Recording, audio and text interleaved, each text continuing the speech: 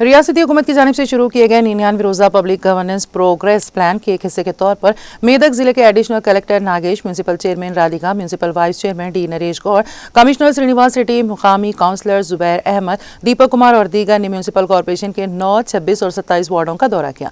इस मौके पर एडिशनल कलेक्टर नागेश ने कहा है कि पब्लिक गवर्नेंस प्रोग्राम के हिस्से के तौर पर सफाई के कामों, पीने के पानी की सहूलियात और मुख्तलिफ मसाइल पर तवज्जो देने की जरूरत है।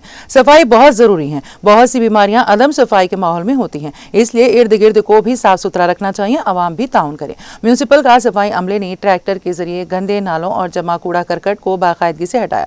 उन्होंने हुक्म दिया है कि एडिशनल कलेक्टर वार्ड 26 में खस्ताहाल आंगनबाड़ी सेंटर का दौरा करें। मुकामी वार्ड 26 के काउंसलर दीपक कुमार ने इसे additional collector Nagesh, chairman Radhika और vice chairman D Naresh Goud की तवज्जो दिलाया।